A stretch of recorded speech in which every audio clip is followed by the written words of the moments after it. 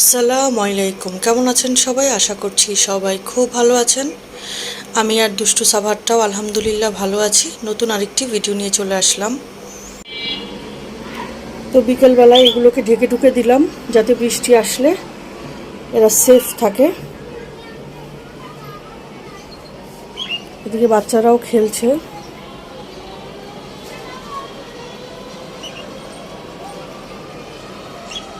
এসেছি হচ্ছে কিছু ধনিয়া পাতা নিব, এই জন্য। তো এসে হচ্ছে মনে পড়লো এদেরকে ঢেকে দেই, বৃষ্টি আসলে এরা সেফে থাকবে। আর বাচ্চারা খেলছে, তাই দাঁড়িয়ে দাঁড়িয়ে আবার দেখছি। ভালোই হয়েছে ধনিয়া পাতাগুলো, আবার হবে মনে হয় এভাবে করেই একটু একটু করে নিলে।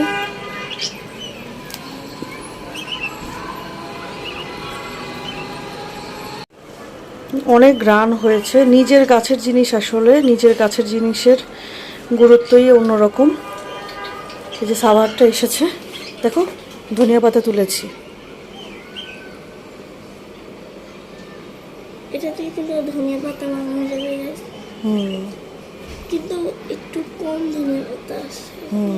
আরো কয়টা হলে বানানো যাবে। আজকের রান্নাটা বিকাল থেকে করছি। আজকে দুপুরে যা ছিল তা দিয়েই হচ্ছে মামের হয়ে গেছে। তো আর দুপুরবেলা আর কোনো ভেজাল করিনি। এখন হচ্ছে ডিম ভুনা করে নিচ্ছি। সাথে হচ্ছে এখানে হচ্ছে মসুর ডাল দিয়ে পুঁই শাকটাকে চচ্চড়ি করে নিচ্ছি। এটা আগে হাতে মাখিয়ে তারপরে হচ্ছে ঝোলের পানি দিয়ে দিয়েছি। এখন ঢাকা দিয়ে দিব। এই সাইডে রুই মাছ রান্না করছি, তবে আজকে রুই মাছ চচ্চড়ি করব না, অন্য একটা আইটেম দিয়ে করব।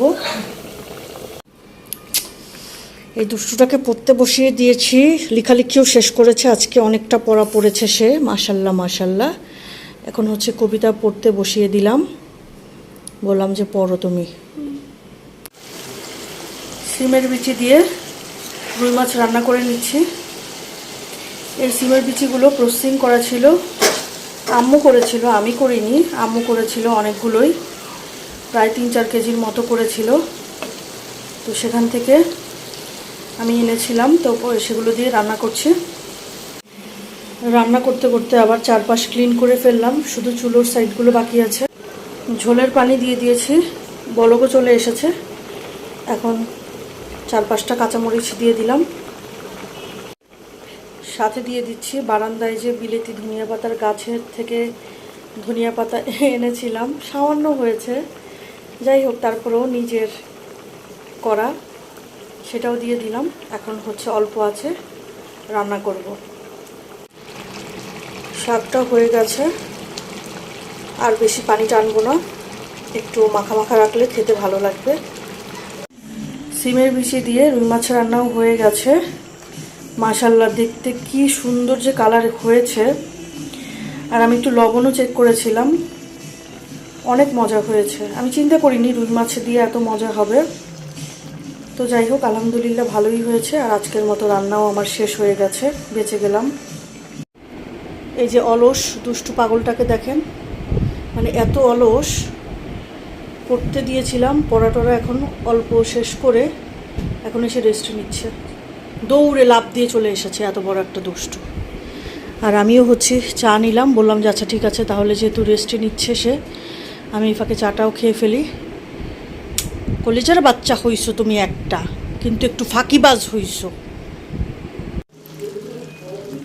সন্ধ্যায় দুষ্টুটার জন্য একটু নুডলস করে নিচ্ছি। কি আর, নুডলসটাকে সেদ্ধ করে ডিম দিয়ে দিলাম, এখন ঘুটানাটা করে দিব। সাথে হচ্ছে মাংস ছিল, মাংসটাকে হচ্ছে একটু দিয়ে দিলাম সেখান থেকে। মা মেয়ের দুজনেরই ঠান্ডা জ্বর, একটা যাতা অবস্থা। অতিরিক্ত গরম পড়েছে, অতিরিক্ত গরমে আবার ঘামাচ্ছে, এই ঘাম থেকেই ঠান্ডা জ্বর আবার সৃষ্টি হচ্ছে।